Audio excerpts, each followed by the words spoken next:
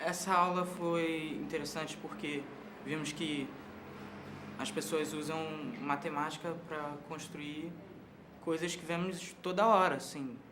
É, por exemplo, ladrilho, tem até na bola de futebol cobrindo ela. E é isso, as pessoas olham para isso e nem percebem que é matemática. E essa aula ensina que tem muita matemática aí. Eu acho super interessante, assim, sabe? Acho que é uma aula alternativa. Porque foge daquele padrão da gente ficar sentado numa mesa só olhando pro quadro e anotando. A gente pensa, eu acho que a gente acaba pensando mais. E, sei lá, pra mim é quase uma aula prática, assim. Bom, acho que esse tipo de aula é super interessante, sabe? É uma aula alternativa.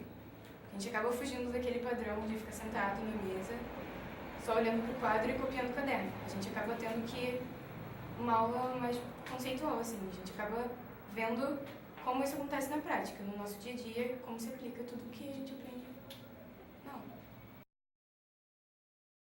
Então, eu particularmente gostei muito da aula. A gente conseguiu associar coisas do nosso cotidiano, não só dentro do colégio, com a própria aula. E é muito boa, tipo, não sair da mesmice de ficar só com o caderno copiando, o professor falando e a gente escrevendo. Então, é bem melhor ter uma aula prática e tal, dá para conversar um pouco mais, dá para aprender mais e trocando ideias também. Poxa, foi bem legal, porque a gente tira o negócio do papel mesmo e passa para a realidade. A gente está pegando o que a gente vê todo dia, como, tipo assim, o que o meu amigo ali falou, da escadaria da Lapa. Eu passo por ali várias vezes por semana e tal, subindo ali, que eu moro em Santa Teresa. Aí eu vejo aquilo todo dia. Aí você passa isso e vê que é a matemática ali. Que tem essa coisa lá da geometria, dos ângulos e tal, a arrumação. Todas essas coisas que a gente vê na nossa vida, a gente está vendo aqui.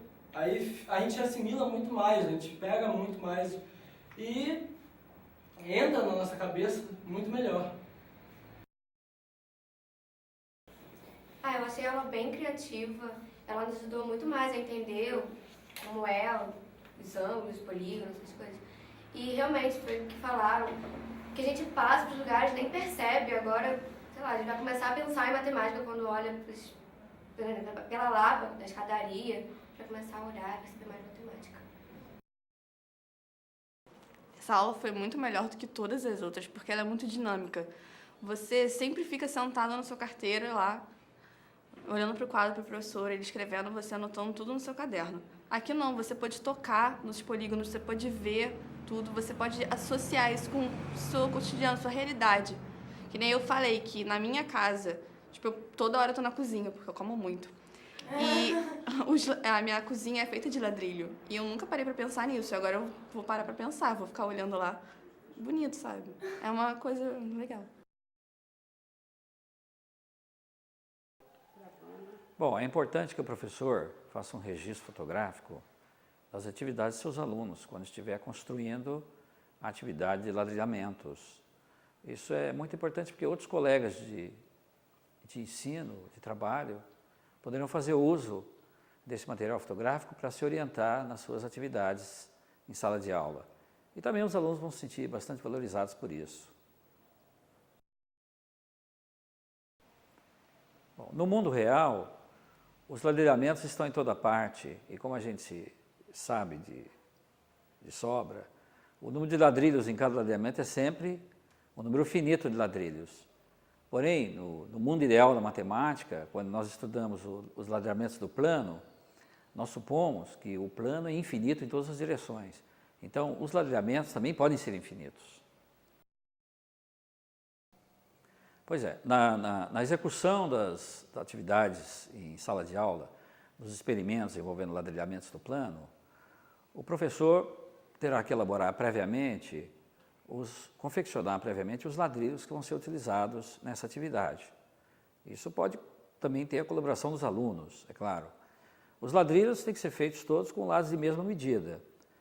Em seguida, os alunos têm que ser postos a trabalhar em grupo, porque essa é uma atividade experimental e várias cabeças pensando juntas vão produzir melhores resultados do que uma sozinha.